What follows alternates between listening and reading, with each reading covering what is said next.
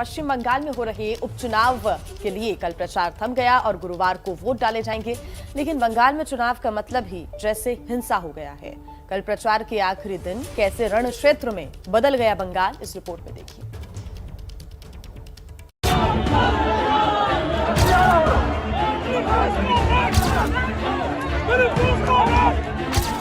हवा में लहराती ये पिस्तौल बता रही है कि पश्चिम बंगाल की भवानीपुर सीट के लिए चुनाव कितना तनाव भरा है।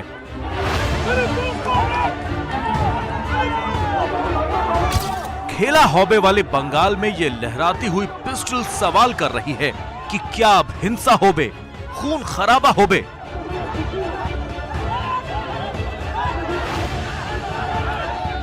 जनता के पास हम अपील कर रहे हैं कि हिंसा, अत्याचार और तानाशाही जो चल रही है उसका खिलाफ आप वोट करिए। हालत बहुत नाजुक है, सिचुएशन डेमोक्रेटिक तरीके से चुनाव होने का माहौल भी नहीं है।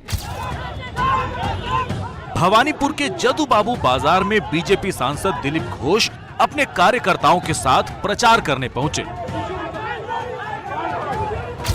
उसी वक्त टीएमसी कार्यकर्ता विरोध करने लगे। विरोध जल्द ही झड़प और फिर मारपीट में बदल गया। जब हालात बिगड़ने लगे और दिलीप घोष प्रदर्शनकारियों से घिर गए तो उनके सुरक्षा अधिकारी को हवा में पिस्टल लहरानी पड़ी।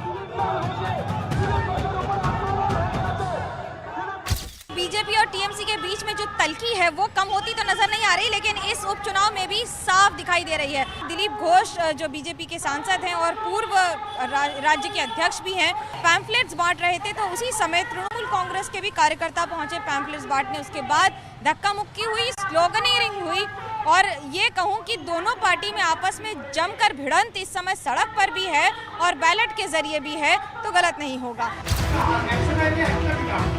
ममता के लिए ये चुनाव उनकी राजनीतिक जिंदगी के लिए इतना जरूरी है कि जीती तो 5 साल का ताज और हार गई तो सारी सत्ता बेकार।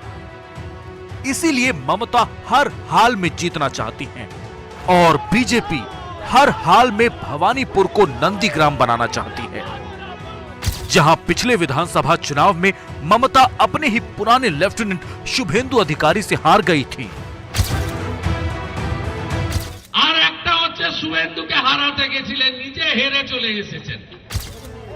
चुनाव प्रचार खत्म होने से पहले ममता का खेल भवानीपुर में बिगाड़ने के लिए आखिरी दिन बीजेपी ने 80 का दांव चल दिया।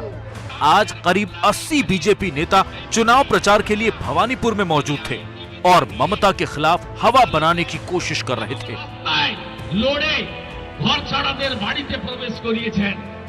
दिलीप घोष का कार्यक्रम भी इसी का हिस्सा था, जिसमें तृणमूल कार्यकर्ता पहुंच गए।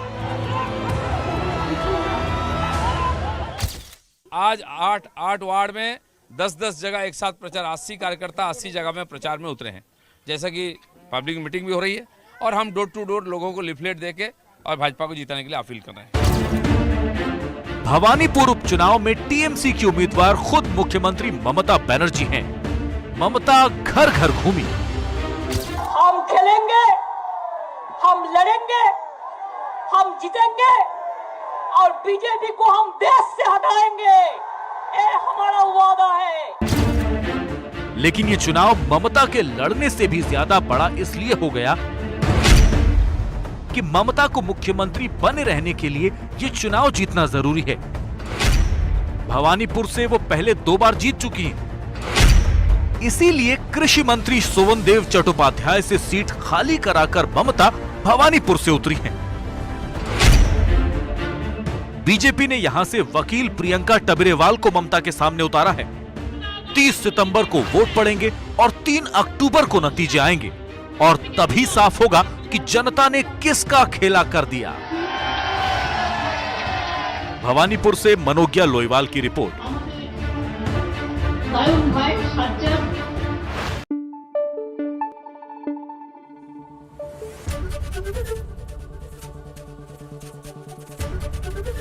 एबीपी न्यूज आपको रखे आगे।